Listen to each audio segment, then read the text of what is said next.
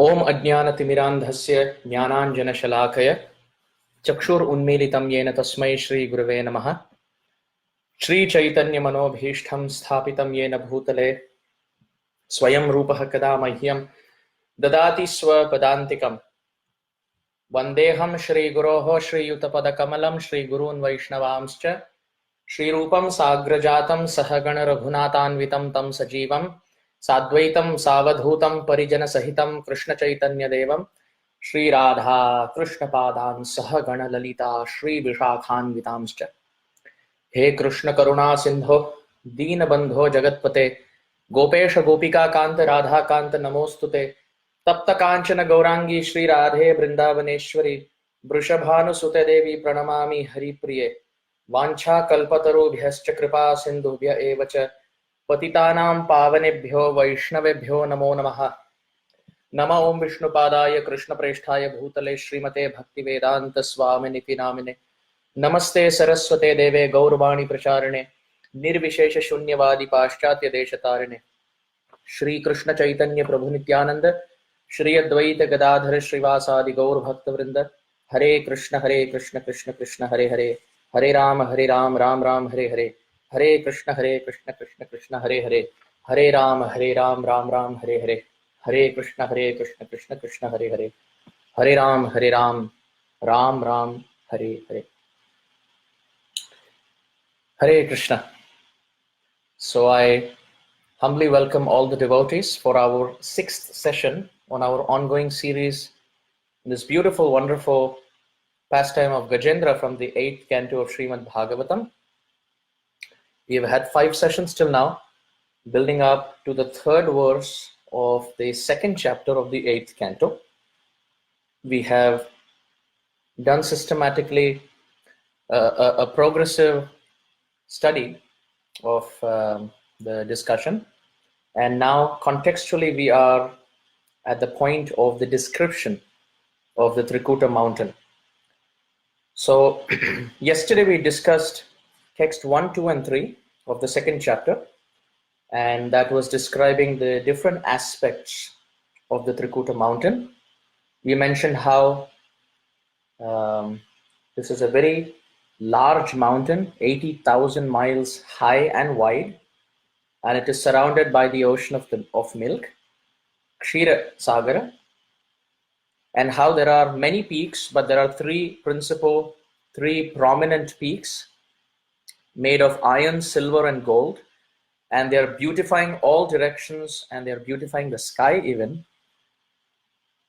Actually, these descriptions are so beautiful. They only go on to explain Krishna's inconceivable opulent creation, and we will appreciate that more as we discuss ahead. So even the sky and the directions are beautified. We mentioned how Shukdev Goswami is describing like a CCTV camera with all the details, how the other peaks are filled with jewels and minerals, and also the aesthetic beauty is added by nice trees. Nana means different types. Druma means tree. We chant this in the Divyad Vrindaranya Kalpad Drumad Srimad Ratnagara Simhasanasthav Srimad Radha Srila Govinda Devo Preshta Libhi Sevyamano Smarami. So there, Divyad Vrindaranya Kalpa Druma. Druma. Kalpa Druma or Kalpa Vriksha means a wish fulfilling tree. So the word Druma means a tree. Nana, different kinds of trees. Lata, like Bhakti Lata, creeper. Gulma, shrubs, including small pieces of grass also. Nirghoshaihi nirjaram ambhasam. Shukdev Goswami says very beautiful, wonderful sounds of the waterfall. So that is where we left off yesterday. So today we continue from that point. I request all the devotees who are online to kindly pull up the 4th text of the 2nd chapter of Canto 8, Srimad Bhagavatam, and just keep it ahead so that we can read it together. You can either pull up your hard copy, your Srimad Bhagavatam, or you can pull it up online through vedabase.com. So text 4 onwards. Sacha avanijyamanangre Samantat paya urmibihi karoti shamalam bhumim harin marakatashmabihi. Translation by and purport by Srila Prabhupada.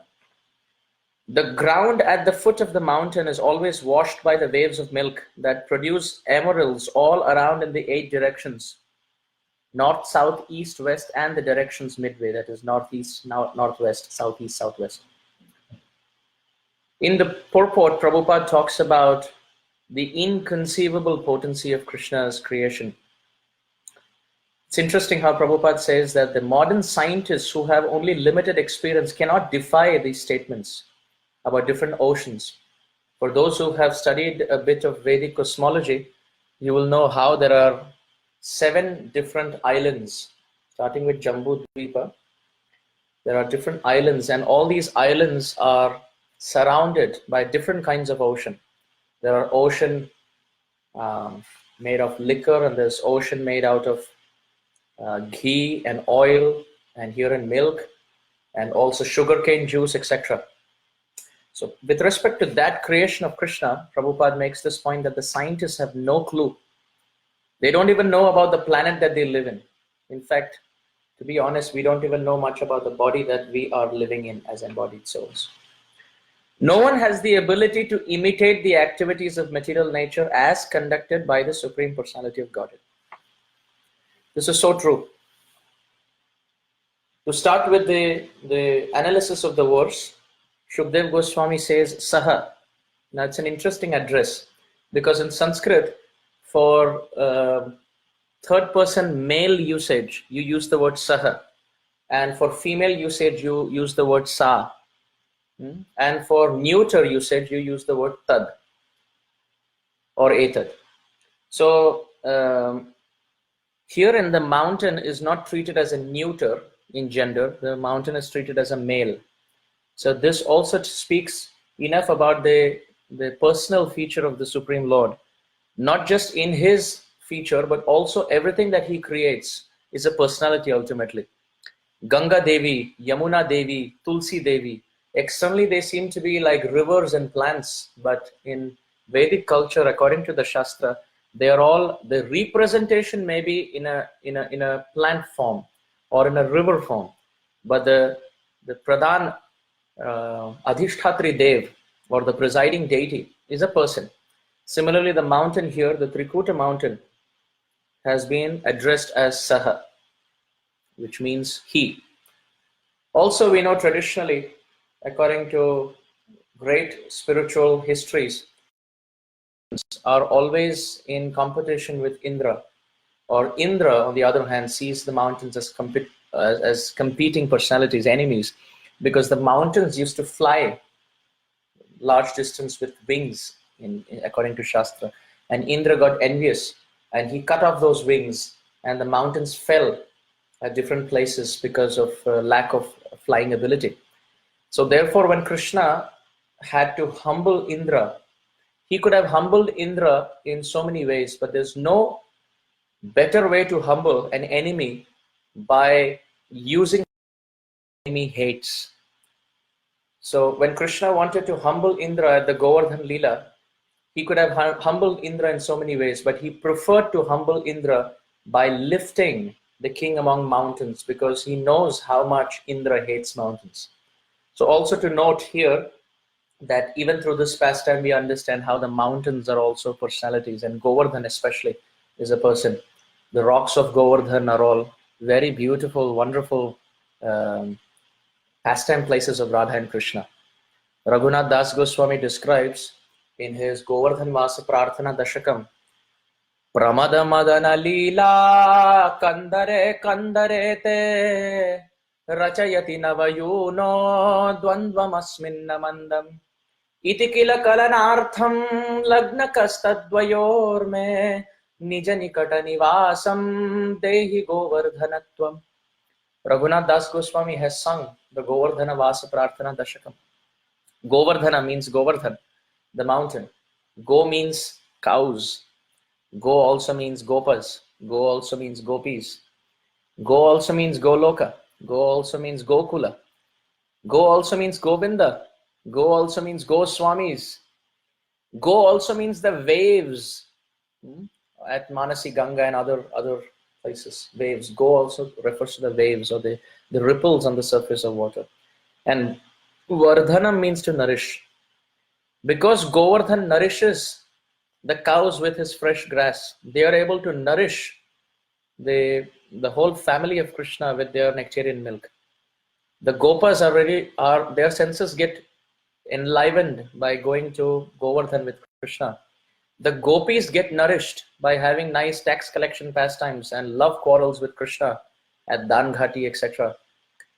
So this Govardhan, because he nourishes everyone materially and spiritually, emotionally and devotionally, he is called Govardhan. So it is called Govardhana Vasa. Vasa means residence. Prarthana means prayer, and Dashakam means 10 verses. So Govardhana Vasa Prarthana Dashakam. Raghunath Das Goswami has composed this prayerful Dashakam, 10 verses, begging for residence at the foothill of Govardhan. So Govardhan is described as Pramada Madana Lila Kandare Kandarete Rachayati Nava Yuno Dwandvam Asmin Amandam. Oh Govardhan, you are so dear to Radha and Krishna. Because in the caves of Govardhan, you see very beautiful pastimes take place. Govardhan, according to Vrajariti Chintamani of Vishwanath Chakravarti Thakur and Gopal Champu of Srila Jiva Goswami, Govardhan performs most of the upachars, of the Shodasha upachars of deity worship. You see, in deity worship, you have different upachars. You invite the deity, asanam, swagatam, swagatam, suswagatam, idam asanam, klim krishnaya namaha, etc. You invite Krishna. Then you have so many different steps, padya, madhuparka, etc. You wash the lotus feet of Krishna, achamaniyam, snaniyam, you give him achaman, you give him madhuparka, you give him a beverage to drink, you give him snan, and then finally you have gandha, pushpa, doob, deep, naivedya. You have incense stick and ghee lamp and flowers, sandalwood paste, garlands, and then of course naivedya. You give him nice bhoga, which he gives back as prasad. So all the devotees who perform deity worship, they perform these upachars.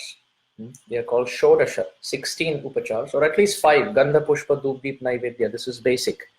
You offer incense stick, ghee lamp, Gandha, sandalwood pulp, Pushpa, flowers, and Naivedya, like that. So Govardhan, they describe, Vishwanath Chakravarti and Jiva Goswami respectively, they describe that Govardhan performs all of those upachars. Like the glittering of his rocks causes arati for Krishna. When Krishna and Balaram are entering, or Radha and Krishna are entering the area of Govardhan, Govardhan in ecstasy is moving, and as his rocks, which are all self-effulgent, are moving, it's like a glittering arati that is being offered by the lamp of Govardhan's effulgent body. Also, Govardhan creates very nice atmosphere. He makes all the right birds sing the right ragas, and the right peacocks and the peahen dance at the right steps in the different arrival points of Radha and Krishna, or Krishna and Balaram. Also, the peaks of Govardhan, they end up rupturing different clouds, and he also controls the speed of the rainfall. It is not just a shower, rain shower, but sometimes it's just very soft drizzle, so that there is dewdrops on the leaves and the flowers and the fruits of Vrindavan. And even Krishna's dhoti and Krishna's body are little moist, and they have mist. So Krishna's beauty increases further. So in this way, Govardhan, he facilitates all these beautiful pastimes. And in the Bhagavatam also we see that Radharani, she points out, in fact, in the famous Venu Geet, Canto 10, Chapter 21, Text 18, the gopis are chanting this verse. But very specifically, Raghunath Das Goswami says it is Srimati Radharani chanting. Giri Nripa Haridasa Shreni Varyeti Nama Amritam Uditam Shri Radhika Vaktra Chandrat. It has come from Radhika Vaktra Chandrat, from the moon-like face of Radharani. Radharani has pointed her very tender finger towards Govardhan from a distance, and she has said, he is the best among servants of Sri Hari.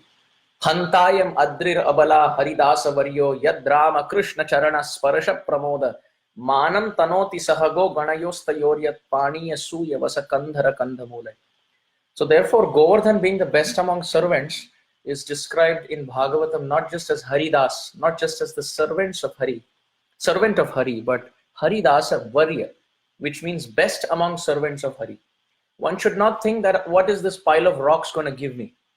Just like if someone thinks Srimad Bhagavatam to be a mere book, or thinks of Charanamrit to be just another water, or thinks of Shaligram Shila to be just stone, or thinks of Guru to be just a human mere mortal, or thinks of Brindavan Dham to be just Uttar Pradesh, or thinks of Tulsi Devi to be just another plant, or Yamuna Rasrani to be just another river. It is Naraki Buddhi, which means it is an intellect which will drag one to hell. Similarly, to think a rock of Govardhan or the hill of Govardhan to be just a pile of rocks, it's actually a very fallen state of condition. Acharyas are describing that Govardhan is very powerful. In fact, the rocks of Govardhan are so powerful, those who are stone-hearted or rock-hearted, if they worship Govardhan, then the stone-like heart will melt by the mercy of the stones of Govardhan. If one is not worshipping a Govardhan Shila, by the mercy of Sri Guru, one should at least worship the picture of Govardhan at home. One should print out a picture of Govardhan Shila or Govardhan Hill and keep on the altar with a picture and worship. There are 5 personalities who can give Braja Prema, who can freely distribute love for Radha and Krishna. And the first is Govardhan, Giriraj Govardhan. He is Haridasa Varya. He is best among the servants of Radha and Krishna. He may appear to be like a stone, but this is one of the Ashta Satvik Bhav. One of the different signs of ecstasy is to be stunned. You see, there are different ecstatic symptoms like Romancha Kampa Ashrush Taranga Bhajo Vande Guron Shri Charanaravidam. To have tears of ecstasy is one. To have hair standing on end is another. The body trembling is third. Voice choking is another, and so on and so forth. There are 8 prominent Sattvic Vikar. We may, of course, experience them during a Rajasic or a Tamasic experience also. Like when you're getting scared, when you have fear, you may have a certain trembling in the body, or when you feel very cold, the hair may stand on end. But those are not considered to be Ashta Sattvic Vikar. They are Ashta Rajasic or Ashta Tamasic Vikar. They are 8 transformations in the body because of Rajas or Tamas. But when it is because of pure love for Krishna, then they are Ashta Vishuddha Sattvic Vikar. And the extreme limit of these ecstatic symptoms is to get stunned or to faint or to die even. So Giriraj Govardhan is always in the state of Stambit Vikar, which means he is stunned. Every rock of Govardhan is stunned, therefore he is motionless. Also, sometimes when Krishna is with the cowherd boys and he is with Balaram and he has to hide during hide and seek, during his Sakya Leela, sometimes he also needs a place where he can tuck in his dhoti. He can remove his dhoti and tuck in back again so that he doesn't feel embarrassed in public. He needs a cave. Now, if Govardhan shows his face as a person, then Krishna may feel embarrassed. Oh, another person is watching, looking at me as I undress myself and I am tying my dhoti back again. But Govardhan has become stambit, like the walls in our bathroom. You know, the walls in our bathroom, if they start having ice, then we will feel very embarrassed. But because we know ultimately they are all stunned and they don't move and they don't see, therefore we can bathe. So where is that emotion coming from? In the transcendental realm, it's coming from Govardhan. So Govardhan stuns himself in ecstatic love so that he doesn't embarrass Krishna, Balaram and the friends and even the gopis. So in this way, Giriraj performs all the services. Krishna lifts Govardhan above his head to show that I may be Vasudeva Vasutam Devam Kamsa Chanura Mardhanam Devaki Paramanandam Krishnam Vande Jagat Gurum. I may be the Jagat Guru. I may be the preceptor, the spiritual master for the whole creation. But the person whom I hold above my head is Govardhan. So therefore we see that in the pastime of Govardhan also, Krishna used Govardhan to subdue the pride of Indra because Indra has had a history with the mountains, meaning the mountains, externally their manifestation may be that of rocks or hills, but they're all persons. In fact, Srila Prabhupada also said that these rocks are also living beings with very, very, very, very, very less consciousness. So when someone commits a lot of aparad, Prabhupada said they may even become stones. But of course, Govardhan, we have to understand, is transcendental. So all the mountains, similarly, they are in the family of Govardhan. So whenever we are traveling and when we see any tree, any prominent tree, we should remember Vamshivat, where Krishna played the flute. When we see any mountainous peak, we should immediately remember Govardhan, wherever it may be. It could be in Australia, it could be in China. I'm just joking. Geographically, some places may not have mountains, but still, if we see some pile of rocks somewhere, anywhere it may be, doesn't have to be Vrindavan, one still has to be very sincere in one's outlook and remember Govardhan. Any water pond that we see, we should remember Yamuna. Any moving water or still water, we should remember some Radhakund or Yamuna, etc. So therefore, there's a saying that you can take a Brajvasi out of Vrindavan, but you cannot take Vrindavan outside the heart of a Brajvasi. So therefore, coming back, this was the discussion on why the invocation Sa has been used for the mountain, because he is a person. And the word used is Cha Avanijyamana Angrihi. Angrihi means feet, like the word Pankajangri. Pankaja means lotus and Angri means feet. So Namo Pankaja Nabhaya, Namo Pankaja Maline, Namo Pankaja Netraya, Namaste Pankajangraye. Queen Kunti describes Krishna as a bed of flowers, where his feet is also lotus. So Angri means feet. So he's described as Namaste Pankajangraye, he who has lotus feet. So here the mountain feet, the lotus feet of the mountain, from all directions, samantat, in a saman bhav, in a very equal way. Payaha urmi bihi. Paya means milk and urmi means waves.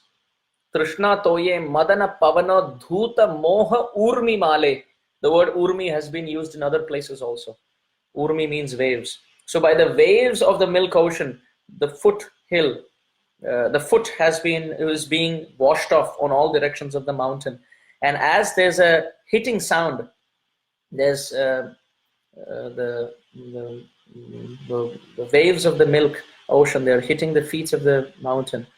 At that time it is described that Karoti, it does what? Shamalam bhumim harin markata ashmabihi. So very nice green emerald stones. The word used is harit. So we know, like in Hindi also they say hara bhara. So hari or hara means green. So harit markata ashmabihi. As the waves are hitting the feet of the ocean, very nice, very beautiful green emerald stones are offered. Now you see, in this material world, on the ocean shore, first of all, the water of the ocean is very dirty, and you just find plastic bags around and so many other dirty things, and even the shore is not clean, just mere stones are found. But here we see, this is not even Vaikuntha. In the heavenly kingdom itself, you see green emeralds are produced in all directions, and it is very beautiful. Now, as this is being described, who are the residents who come and frolic there? That is the next question that Shukdev Goswami is answering. So in text 5, Shukdev Goswami makes a list of different personalities who are visiting there. So he says, Siddha Charana Gandharvaihi Vidyadhara Maho Urgaihi Kinnaraihi Apsarobhischa Kridadbhir Jushta Kandaraha. So who are the different personalities who frolic here? Humans are not frolicking here. Humans are not frolicking. Who is frolicking? Siddhas. So Siddhas are those in the heavenly kingdom who offer their service to Krishna. They describe Krishna, they praise Krishna through meditation. Those are the Siddhas. They are the perfected beings.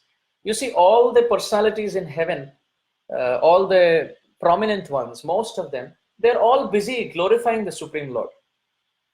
Shri Swami Pushkarani Kaplava Nirmalangaha Shrayorthino Haravirinchi Sanandanadhyaha Dware Vasanna Varavetra Hatottamangaha Shri Venkatachalapate Tava Suprabhatam.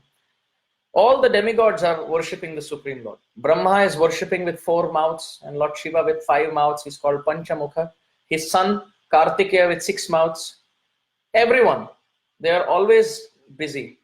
Only in the human realm of mere mortals, there's confusion about whether God exists or no. If God exists, then is it your religion or my religion? Or if he does exist, then where does he live? 2 faults that we have in human society is, 1, to consider God to be a mere mortal, and 2nd, to consider mere mortals around to be God. So it's very easy to get convinced that some Baba with long hair and long beard and mustache, just speaking some wishy-washy philosophy, is Bhagavan. But people are not interested to worship Sri Vishnu, who is actually described in Shastra, who is the actual creator of everything. You tell all these fake Babas to create something, they cannot make anything even artificial which will sustain. But still, we foolish humans, we have confusion and we are wasting our time without worshipping Sri Hari.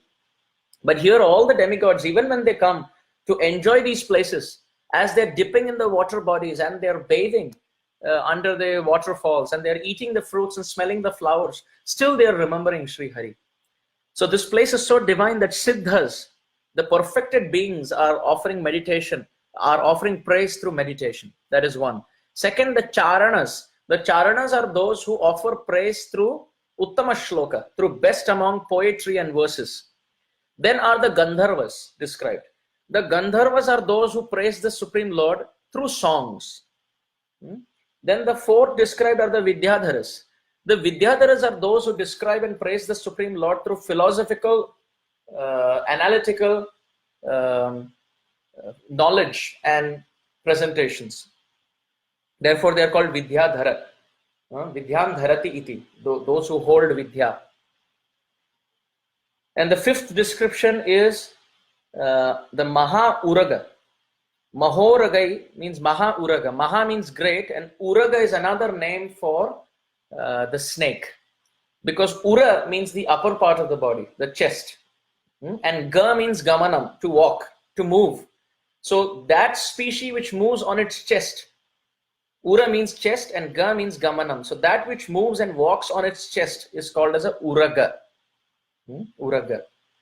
So that is like that. Even when you see in parallel readings of the pastimes of Ramachandra, when Kaka Bushundi, the very great devotee of Ram, speaks Ram Katha to Garuda, and Garuda is sitting and listening, one of the address in calling Garuda that Kaka Bushundi makes is Uragari.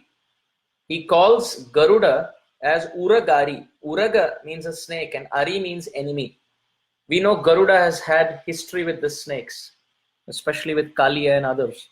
So therefore, Kaka Bushundi calls Garuda as, oh, he who is the enemy of the snakes, Uragari. Similarly, you can make so many names for Krishna. Krishna can be called Putanari. Putana is the demon and Ari means enemy. So he who is the enemy of Putana. Krishna does not see Putana as enemy, but Putana sees Krishna as enemy. So he who takes the form of an enemy of Putana is Putanari. Similarly, Krishna is called Murari. Mura is the name of the demon and Ari means enemy. So Murari. Although in a very Rasik sense, Jayadev Goswami calls Krishna Murari time and again, because the word Mura also means Madhurya Rasa, Shringar Rasa. So when Krishna comes late to the Kunj of Radhika, Radharani, he's coming late. So he's the enemy of Madhurya Rasa, because if he was the friend of Madhurya Rasa, then he would come on time so that Radharani is happy. But he's making Radharani displeased by coming late. Therefore, Jayadev Goswami, in a very sarcastic way, calls Krishna Murari. So there are deeper Rasik meanings also to all the names. Similarly, Ramachandra is called Ravanari. I remember one of the temples that I was visiting. I was living there overnight, and I asked the devotee for the password of the Wi-Fi. And he said, Prabhuji, the password here is Ravanari. So I had a smile, because Ravana is the enemy and Ari is the enemy of Ravana. That is Ramachandra. So here, Maha Uraga. the great inhabitants of the Sarpa Loka, the Sarpas. So we should not think that they are actually Sarpas. They are residents of Sarpa Loka, but they are having very transcendental, beautiful, divine forms. All of these categories that are described, they can fly, they can speak multiple languages, they can change their forms. So they have so much mystic potency. And what do? They use all of this in worshipping Sri Hari.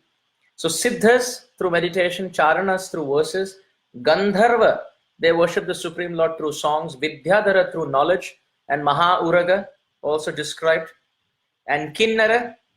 So the Kinnaras look very close to humans. So the word Kim means is it, and Nara means human. Kim Nara, it's almost like a question that are they humans? Like that. Similarly, monkeys are called Vanara. Va means is it. Vanara? Oh, are they humans? Because they look like humans, they sit like humans, and they eat like humans, they look around like humans. Vanara, it's like a question. So similarly, Kim Nara, although they are divine, they look very close to human beings. So are they humans? Anyone would get mistaken for that. So therefore the question, the category is Kim Nara. And of course, Apsara. Apsaras are those who worship the Supreme Lord through dance. So all these categories are described. Siddhas, Charanas, Gandharvas, Vidyadhara, Maha Uraga, Kinnara, Apsaras, Cha. Cha means and. What are they doing? Kridadvi Jushta Kandaraha. Kandara means caves, and Jushta means to relish, and Krida. Krida means to play. So they are playing different kinds of games, and they are enjoying and sporting. Not like human beings. We don't have any time to play. We don't have any joy in our life. We have to go off to sleep late, and then we wake up early, and then we have to quickly take a shower and tuck in our clothes and run to work, and then get scolding from our boss, and non-Krishna conscious association there, and no time to even eat, and then deadlines, and so many. It's almost living at the edge of a knife, or almost at gunpoint or knife point. And then we come home, then we have to teach our kids and pay our bills, and amidst all of that we may have health concerns and financial crisis, and that we may have some person in our family may not be well. Amidst that we may miss car accidents, or we may get a ticket and our auto insurance increases, so monthly we have to pay more. So much. We are living under a knife, and you still ask someone and they will say, oh, I am doing fine, I am good, how about you? This is called Maya, that which is not. This is called illusion. So demigods, they don't have any of this. So therefore, Kridadvihi, they can joyfully, they can sing and dance and remember Sri Hari. Because while being human beings here, they have done some bhajan, so they have got uplifted and they have got upgraded to that position. So those demigods have been described. So this place is very, very scenic and very beautiful. You can understand a place by the consciousness of people visiting that place. A temple is called a temple because people visiting there are coming with the mood of devotion. Not just a temple, a church, a mosque. People are coming there to open their hearts and worship the Supreme Lord. So it's considered to be a very divine, sacred space. But the same thing if people start coming in with alcohol and dance parties and all these tamasic and rajasic things, then you can judge the potency of a place on the basis of the consciousness of the visitors. So here Shukdev Goswami is setting through this verse the nature of the average consciousness of people visiting there. So it's a very, very beautiful place. Then in text 6, Shukdev Goswami continues to say that these personalities, when they come together from different camps, we know the Gandharvas sing, but that doesn't mean the Siddhas and the Charanas and the Vidyadharas don't sing. When they come together, they all sing together. It is described that when a person is happy, he smiles and he sings. Like that. So all the demigods, when they come together, Yatra Sangeeta Sam Nadaihi. Nada means music. Venunad, like that. And Sam Nad, Samyak Rupena Nada. Sam means complete. So there's complete vibrations of different kinds of music, different kinds of instruments. And we see this whenever we talk about different heavenly beings like Narada Muni. We naturally see an instrument in his hand. We see Saraswati, she has an instrument in her hand. We see Lord Shiva, he is busy with his Damaru. And you see so many demigods. They're all having different kinds of string instruments, wind instruments in their hand. So they're always busy playing instruments. This is also a lesson for human beings, that we should invest time in singing and playing musical instruments for the pleasure of the Lord. There could be different modification these days, that I can serve Krishna through this also and that also. We never know how authentic that is. But what has been described in Shastra is very authentic. And the most authentic way to glorify the Supreme Lord is Sankirtan. Kaler dosha nidaya rajan asti hi eko mahan guna kirtanad eva krishnasya mukta sangam param vrajet. Yad apnoti tad apnoti kalau sankirtya keshavam. So to sing together, when devotees come together, instead of speaking about politics and sports and sociology and other things, we should actually focus our attention on singing and dancing about, singing and glorifying about Krishna. In fact, recently, I was reading a very eye-opening purport from the 5th canto of Srimad Bhagavatam, where Prabhupada makes a fantastic, fabulous point, especially with respect to the corona scare that we have nowadays. I'll just read this. This is a purport from Srila Prabhupada, Canto 5, Chapter 12, Text 13. Prabhupada makes this point. The symptoms of pure devotees are described in this verse. The pure devotee is never interested in material topics. Sri Chaitanya Mahaprabhu has strictly prohibited his devotees to talk about worldly matters. Gramya varta na kahibe. One should not indulge in talking unnecessarily about news of the material world. One should not waste time in this way. This is a very important feature in the life of a devotee. A devotee has no other ambition than to serve Krishna, the Supreme Personality of Godhead. This Krishna consciousness movement was started to engage people 24 hours daily in the service of the Lord and his glorification. The students of this institution engage in the cultivation of Krishna consciousness from 5 in the morning to 10 at night. They actually have no opportunity to waste their time unnecessarily by discussing politics, sociology, and current events. These will go their own way. A devotee is concerned only with serving Krishna positively and seriously. End of purport.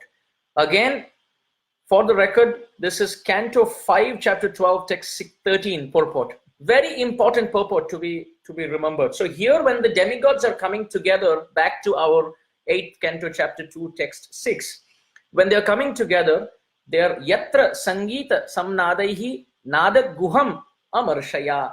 They are all singing.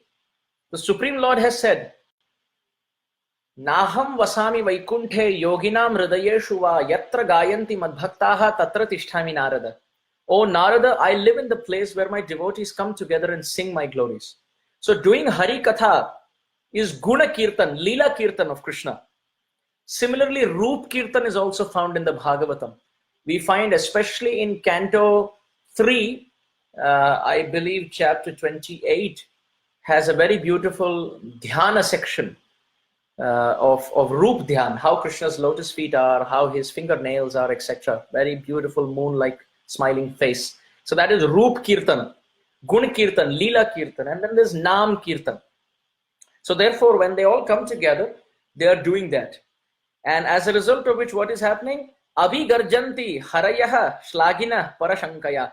The lions in the area, they are having some envy. They are thinking, oh, did other lions come into the area? How is there so much of resounding roar? Maybe other lions have come here to take over my pride land. And in this way, the lions are also roaring. So that is called as pratidhvani. So it's interesting. It's a very, very beautiful comparison. We see during Chaitanya Mahaprabhu's appearance also, the devotees were chanting loudly, and then there were imitators who were also trying to imitate and chant loudly. And in this way, everyone was chanting. And during that chanting atmosphere, Sri Chaitanya Mahaprabhu made his appearance by the calling of Advaita Acharya. So similarly, in this pastime, we see Advaita Acharya's position has been taken by Gajendra, and his calling out is with a lotus flower instead of tulsi leaf.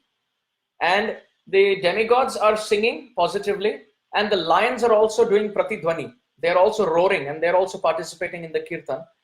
Just like in Gaura Leela, we see there were imitators who were trying to make fun of the actual chanters. Similarly, here the lions are trying to roar off in envy, but come what may, they're also participating in the kirtan through their envious roar. And in this atmosphere, amidst the Advaita Acharya like Gajendra's call with the lotus flower, the positive chanters, the demigods, and the imitator chanters, the lions, the Supreme Lord Chaitanya appears as Hari, you see, in the pastime of Gajendra. So it's very interesting like that. I'm reminded how, as far as the chanting intention is concerned, in the 6th canto of Bhagavatam, it is described, Sanketyam parihasyam va sthobam helanameva va vaikuntha nama grahanam ashesha agham haram viduhu.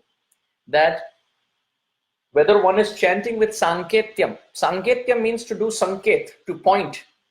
So like for example, if you ask someone in India, where is Hari Nivas? Or where is Ram Nagar? Or where is Ram Lila Maidan? Ram Lila Maidan. Actually, the whole world is meant for Ram Lila, but they still give one Maidan. Ram Lila Maidan. So if you ask someone, where is Ram Lila Maidan, or where is Ram Nagar, or Hari Nivas, or Krishna Kutir, so they may point. They say, oh, that is where Ram Lila Maidan is. So their intention is not to chant Ram Nam or the name of Krishna, but in pointing out, they are accidentally chanting. So this is also counted, Sanketyam. Second category of accidental chanting is Parihasyam. When the Hare Krishna devotees are chanting on the streets, there could be some people who are finding this to be very jocular. They are laughing and they're saying, oh, look at these Hare Krishnas. They are wrapping up bed sheets like dhotis and coming up with shaved heads, and they're always chanting Hare Krishna, Hare Krishna. These people are the Hare Rama, Hare Krishnas. So their intention is not to chant, but because they are chanting in a parihasyam, to parihas, hasya parihas, they still get benefit. And the third is stobam.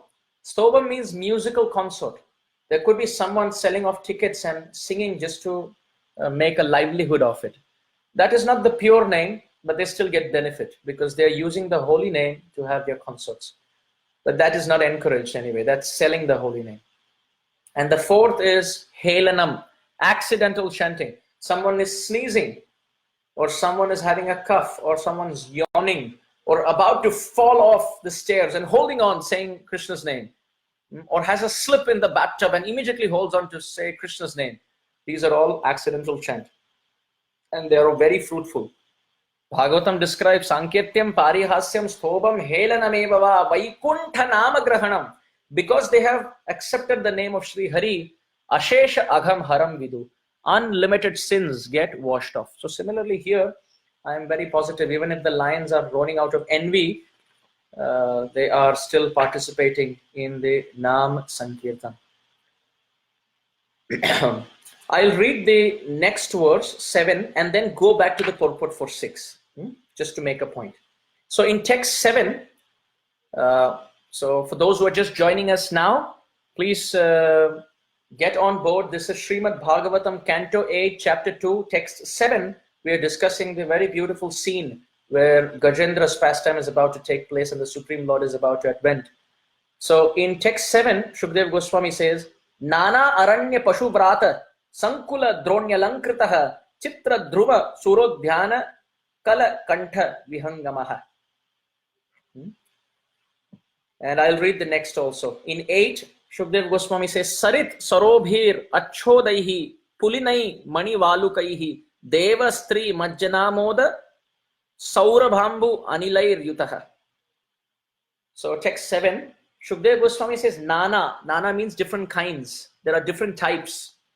Just like we say in Hindi, Nana prakar ke. So Nana means different kinds. There are different kinds of aranya pashu vrata. Vrata means groups, like Vrinda. Shrivasadi Gaura Bhakta Vrinda. Similarly, Vrata, groups. Aranya Pashu. So not domestic animals, but wild animals, jungly animals are to be found. Nana, different kinds, different types of wild animals are found there. The word Aranya is very prominent and worth noting. The word Rana means to fight. Therefore, the battlefield is called as Rana Bhumi, the place where there is a fight. So Ranya means the spirit to fight for every single thing. And the word Aranya is the negation of Ranya, which means that place where all the animals live in peace. They have no problem. The problem comes when there is human activity, there is human intervention. So a very famous environmentalist said, what can humanity do to save Mother Nature? Oh, only one thing. They can decide to disappear all at once. So in this way, animals and birds can live in peace. You can see that Mother Nature, she has been living of her own with nice trees and flowers and fruits and animals and birds and insects. But when our human materialistic activities start, we want to make skyscrapers and we want to dig Mother Earth for the oil. Oh, that's when everything starts getting affected. Human mind has become so materialistic that he cannot live without committing sin. For eating, he needs meat. For wearing clothes and having belts and shoes and wallets, he needs the leather, the skin of animals. Similarly, for entertainment, he needs bullfight. There are people who just go for entertainment to see how an animal dies, actually. So the slaughter industry is also working because of just the taste bud. People feel that animal's life is insignificant in comparison to the taste of one breakfast. So our tongue, and that too going from the tip of the tongue only up to the end of the throat, end of our tongue. Once it goes inside, it doesn't matter what it is. Whether it is kheer or whether it is puri, our body is so disgusting that it is like a stool and urine creating machine. You put into this machine, you put kheer, or you put puri, or you put sabji, or you put anything, even charanamrit is put into this body. This body is so disgusting that it only makes stool and urine. And for that body, which is a stool making machine, a urine making machine, we are ready to sin. We are ready to kill animals and cause so much harm. So this human body is very dirty, very, very dirty. If we know that, if we are a master and we know we have some servants, of which one servant is preparing to leave our service, or let's say you're a boss and you have an employee who's already put his papers and he's only here for another month, you try to exploit as much as possible. At least that's what is seen in the world. People try to exploit to get as much work done from their employee. Or if there is a master in a big bungalow and he has many servants and he knows one servant is about to leave, he'll try to make that servant work maximum before he leaves. This is how the soul should treat the human body. The human body is a servant who's about to leave anytime. So we should try to make as much use of this human form. We should try to make this human form work heavily before it gives up its service to the soul. But instead, what are we doing as souls? We as masters, the soul and body being the servant, we are ready to become the servant of our body. This is not the way of becoming the servant of the servant. This is a perverted reflection of being the servant of the servant. One should try to make this body work as much as possible in Krishna's service without sinning before the servant of the body gives up the service of the soul. So here we see Shukdev Goswami, when he's describing the animals, he says Nana Aranya Pashu Vrata, different kinds of animals. And which animals? Aranya Pashu. Those animals who live in the forest. Aranya means forest, but also Aranya means that place where there's no fighting spirit. Aranya. So these animals are living together in peace. So different kinds of peaceful animals are living there. And Sankula. Sankula means, this word has been used even in the Bhakti Rasamrit Sindhu, in other places also. When Balaram Prabhu gets described, Balaram Prabhu's rasa, sthai bhav has been described. You see, different devotees of Krishna have different sthai bhav. Sthai bhav means the steady relationship that they have with Krishna. But Balaram Prabhu, he serves in all rasas. He serves Krishna in Shanta rasa, Dasya rasa, Sakhya rasa, Vatsalya rasa, and Madhurya rasa. Therefore, his rasa is called by Rupa Goswami as Sankulita. Sankulita means he that rasa or that bhav which includes everything. So Sankula, here the same word has been used, which means filled with, an abundance of, excess of. That is the context, that is the bhav. So Sankula Droni Alankritaha. Shukdev Goswami is saying, when animals are found in that area, that is when this place is filled, the valleys are filled with beauty. Alankritaha means decoration.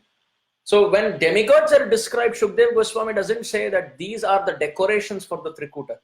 But when the animals are described, Shukdev Goswami says, Sankula Droni Alankritaha, that these animals and birds are the actual decoration for the scenic beauty. So look, even by studying Srimad Bhagavatam, one can understand not just how to be a devotee, but even with base reality in this in this world, one can understand how to be good human beings. Everything culture is taught here. Shukdev Goswami is teaching very nicely.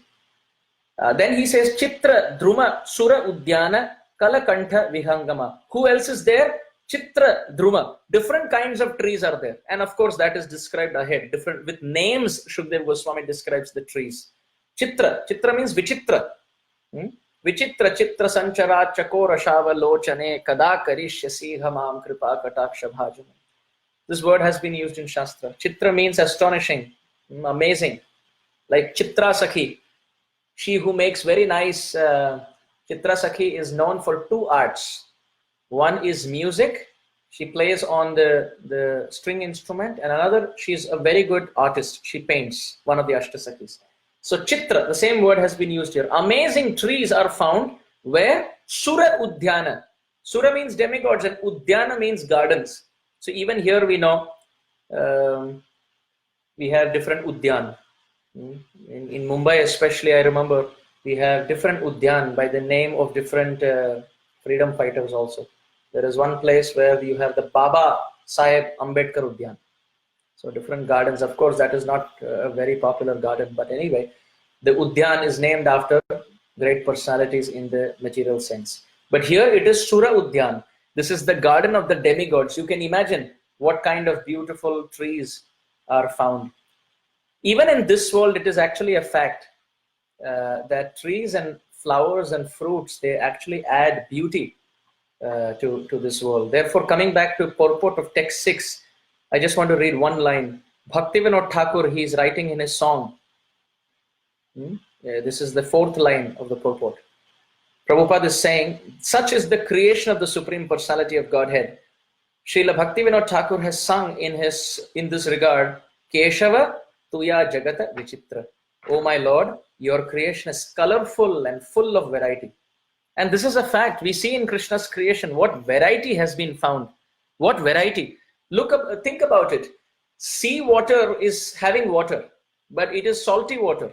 Water everywhere, but not a drop to drink. This is the paraphrase. This is a paraphrase translation of the Sanskrit. He sagara vifala jalante trishitaha api naiva bhajante. So the oceans have salty water, and we cannot quench our thirst. So what is Krishna doing? He is naturally giving us pure water through the cloud. How merciful. Then he gives us pure milk through the cows. He gives us fruits through the trees. He gives us coconuts and watermelon through summertime so that we can drink and quench our thirst with this taste. He gives us everything possible to keep our bhajan going. It is really Vichitra. When Bhaktivinoda Thakur says, Hey Keshava, Tuya Jagata Vichitra, that you have made this world in a beautiful way, it is so astonishing. This is really a fact. Think about the cactus in the desert. People are dying out of thirst, but the cactus is living. It has no water from the ground, but it is able to tap water through the water vapor in the atmosphere. There are living beings, even inside stones and mountain rocks. Who is giving them food and water? How are they living? There is a saying that Krishna can see even an ant, a black ant on a black rock in a black well on a black night. Krishna can see that ant and feed that ant all his life. So how beautiful is that? There are living beings in fire also. There is fire bacteria. There are living beings. You break ice and you see under a microscope there are living beings. So sarvagataha jivaha, the living beings are found everywhere. And they're all surviving by the nature of Krishna's mercy. Even for us, you see, depending on the seasons, there are seasonal flowers and fruits, and different flowers and fruits of different shapes and sizes and color and fragrance and taste. What variety! What variety! And those fruits inside them have the seed, and they have the capability to give birth to another tree, not another fruit, but another tree which can bear many other fruits. And every fruit has a seed like this inside. How beautiful this is! Who is creating all this? Who is giving the ability in an eagle who can fly so high, yet to find its food so low? It has such sharp vision. From that distance up there, it can find its prey. Also, but that is a lesson for us not to be like the eagle. When we are flying high in devotional service, we commit some mistakes and we don't follow regulative principles. Then time and again we come down to peck on the dead body like faults of others. We may be flying high like Garuda, like an eagle, like a pure devotee, but it's just a matter of time. If we commit offenses and we don't follow the regulative principles properly, we'll have to dip down to chew in the dead flesh of the faults of others. But anyway, point made here is that Krishna's creation is so amazing. Dogs are given this power to sniff and find out if there are bombs. You know, it's always scary when we go through different airports. At the security check, you have these sniffer dogs, and they're sniffing you all over. And I have shaligrams in my hand in this bag, and I'm always just praying that I hope the dog doesn't touch this bag. But at the same time, it's an astonishing ability that humans cannot, but the dogs can. Think about the rats. You leave the rat far away, but it still finds and comes back to the house. Who leaves a GPS in the mind of a rat? Think about birds. You can take the birds even up to 700 miles away from their nest. But Krishna has built in a GPS where they fly back to their own nest. Think about it. We get lost in the area that we know and we grow up. But the small birds Krishna has fit in with such spot on GPS. Think about all the different insects who are flying. When I was growing up, I used to love cricket. So sometimes when I used to watch cricket, I used to see these floodlights in the stadium being filled with insects. And it's fascinating. They never bump against each other. Krishna gives them the ability to go around each other at this lightning speed and not bump at each other. So amazing. Think about bats as they fly. They take shelter of ultrasonic sound, and the vibrations coming from the walls make sure that they don't hit walls. It's just so fascinating. Krishna has created this world with such genius. Think about the right time when all the milk teeth falls and the natural teeth comes. Think if we have to go to the dentist every time we have to extract a milk tooth. You have to approve if you have to extract all these tooth. But Krishna just knocks them off with the instrument of time. All the milk teeth naturally fall, and then there's permanent teeth. And therefore they're Dvija, they're twice born. They're like Brahmanas. Therefore, Krishna says, Brahmanas are my mouth. It's just a funny word play with the word Dvija. They are twice born because there's milk teeth and then there's permanent teeth. Also, you see, who teaches a baby in this world as it's born that it has to ask the mother for the milk and how to get that milk? Who teaches a calf to lick on the udder of the mother and suck her milk? Who teaches all this? It is so fascinating. You throw grass into the mouth of the cow and the cow gives milk. Think about a machine in this world where you throw in grass on one side and you get milk on the other. And it's not same for everyone. If the mother cow doesn't have a calf, then although you throw grass, it's not giving milk. And the bull, being the father, you throw grass and it's not giving milk. But when the calf has a child, you throw grass and it gives milk. Hey Keshava Tuya Jagata Vichitra. It is really amazing, the world that you have created. Think about getting two machines together. Think about two cars. Think about two cell phones. Think about having two cell phones keeping close to each other and giving birth to a third cell phone. Or keeping two cars close to each other and giving birth to a third car. keeping two aeroplanes or two laptops close to each other and giving birth to a third laptop.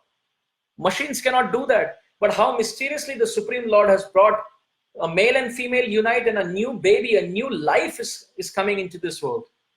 How has Krishna created all this? With so much intelligence, with so much beauty. What flavor, what variety in shape, color, size, fragrance, and taste. We can, the maximum we can do is probably make paper aeroplanes. But we cannot make birds like Krishna has made. We can make paper roses. We cannot make actual rose. Our paper rose will have the color and the shape, but it will not have the tenderness. It will not have the fragrance. It will not have the complexity. Think about Krishna. He makes actual roses. And it's not just the actual rose. The seed of the rose doesn't have the fragrance, but you have to throw it underground. And then when it fructifies, then it has the smell, and it has the complexity, and it has the tenderness in touch. Such amazing, amazing creation that Krishna has made. We cannot create even one drop of pure water, or one grain, or one drop of milk, or one drop of blood. One scientist made one drop of semen. It had the chemical structure under a microscope, the same as that of semen, but no lady got pregnant with that semen. So it was just a bad experimentation. Think about Krishna's creation. Think about the sunflower. You keep the sunflower wherever the sun is moving, and it moves its face according to the movement of the sun. Now think about the sun and the moon. Think about the sun. If the sun was, let's say, a few inches away from where it is at the moment, Earth would have frozen to death because of lack of heat. And if the sun would have been a few inches closer to Earth than now, then we would have been scorched and burnt by the temperature. But what perfect creation has Krishna created? So therefore, Bhaktivinoda Thakur in the purport, he and of course Prabhupada is quoting from Bhaktivinoda Thakur that, "Oh my Lord, your creation is adbhut. It is vichitra. It is really amazing."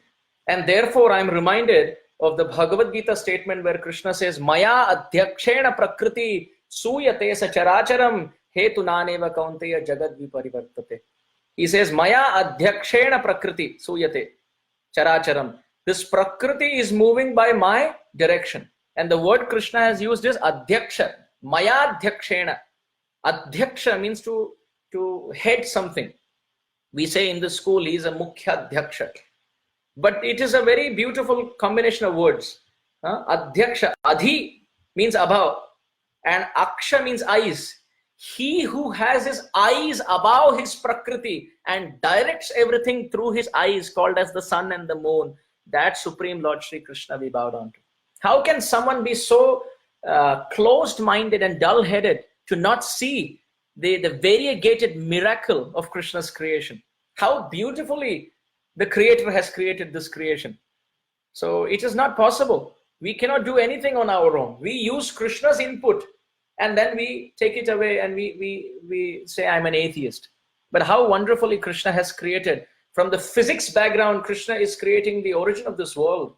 And from the biological background, Krishna is creating the origin of life. So therefore, I am reminded how Krishna is saying, "Maya adhi akshena prakriti," that I am keeping my eyes above my prakriti and I direct everything. Therefore, in the Vishnu Sahasranam, Bhishma Dev says, "Dhyau sachandrarkha nakshatra kham disha bhumahodadhi vasudevasya viryena vidrutani mahatmanah sasura gandharva sayaksha uragarakshasam Jagatvashe sarvamidam krishnasya sacharacharam." As Bhishma Dev is leaving his body, he says, Sri Bhishma Vacha, that my Lord, he's telling everyone assembled there, the Krishna who is found, who's standing at my lotus feet, who is he? Dhyau sa chandra arka nakshatra kham disha bhu mahodadhi. Dhyau sa chandra, the sky, Chandra, moon, Arka, sun, Dhyausa Chandrarka, Nakshatra, the constellations, Kham, outer space, Disha, directions, Bhu, Mother Nature or Earth, Mahodadhi, the oceans, And then Sura, demigods, Asura, demons, Gandharva, the singers, Yakshas, Uraga, the snake, Rakshasas, all the residents of the whole creation under and above the sky. Vasudevasya viryena vidrutani mahatmanaha. It is created by the Shakti of Vasudev. Sa Sura Sura Gandharva, Sa Yaksha Uraga Rakshasam, Jagat Vashe Sarvamidam. That personality under whom the whole creation is working. Krishnasya Sacharacharam. His name is Krishna, and he controls everything moving and non-moving, and he is present in front of me. So that Krishna, when we chant his names, we should understand this is the potency of our Lord. Our Lord is not just some flute player running behind cows and jumping over trees and jumping into Yamuna in Vrindavan. He is the creator of all creations. He is the source of all sources. He is the Lord of all lords. He is the origin of all origins. Therefore, Prabhupada quotes from Bhaktivinoda Thakur, He Keshava, Tuya Jagata Vichitra. Your creation is so beautiful and so astonishing. Therefore, where Shukdev Goswami is saying here that the valleys beneath Trikuta mountain are beautifully decorated by various types of jungle animals. And in the trees, there are the trees which are maintained in the gardens by the demigods. There are varieties of birds chirping with sweet voices. The Trikuta mountain has many lakes and rivers with beaches covered with small gems resembling grains of sand. The water is as clear as crystal, and when the demigod damsels bathe in it, their bodies lend fragrance to the water and the breeze, thus enriching the atmosphere. So when we hear this description from the Bhagavatam, we can understand when our experience in Kali Yuga, in this mortal world in itself, gives us this realization that Krishna's creation is so amazing and so fantastic to appreciate. What to speak of the Trikuta mountain? How beautifully Shukdev Goswami has described. So having said that, it's time up for session 6. Tomorrow evening, again at 7 o'clock Eastern Standard Time, we will continue our discussion from this specific verse, going ahead to the descriptions of other details that Shukdev Goswami has continued to describe in this section. I really want to thank the devotees. Consistently, so many devotees are joining in across America primarily, and also I know there are devotees joining in from India and from UK and from Australia also, and also some from Canada. So I really want to offer my obeisances as gratitude and appreciation to all the devotees for kindly giving your invaluable association and time during such times when everyone is at home and not able to move outside for any spiritual activity. If there are any mistakes in my presentation, please kindly forgive me. I am trying my bit to the best of my ability, but conditioned soul means there are 4 defects, of which one is to make mistakes. So please kindly, like Rajahamsas, like big white swans swimming in the waters of the Yamuna, please kindly take the essence of whatever I'm trying my bit to present, and please throw away, please accept the milk of the essence of whatever I'm trying to present on the basis of what I've heard from my superiors, and please neglect and throw away, reject the water-like mistakes and drawbacks that I'm having in my service. Having said that, same time, same place, we meet again tomorrow. Happy Ekadashi for those who are having Ekadashi in your place. For most of us in America, it is almost ending now. For those in India, it's just starting today. So happy Ekadashi to everyone. I hope you had a nice day remembering and chanting about Krishna. We'll see you tomorrow. Please keep reading, please keep chanting. Most importantly, keep smiling during these times of difficult, depressing environment. I hope you are having enough, food and water supply at home. Please hoard as much as you can so that you have enough nutrition during these times. We'll see you tomorrow. Srila Prabhupada ki jai, Srila Gurudev ki jai, Ananta Koti Bhakta Vrinda ki jai, Gaur Premanande Hari.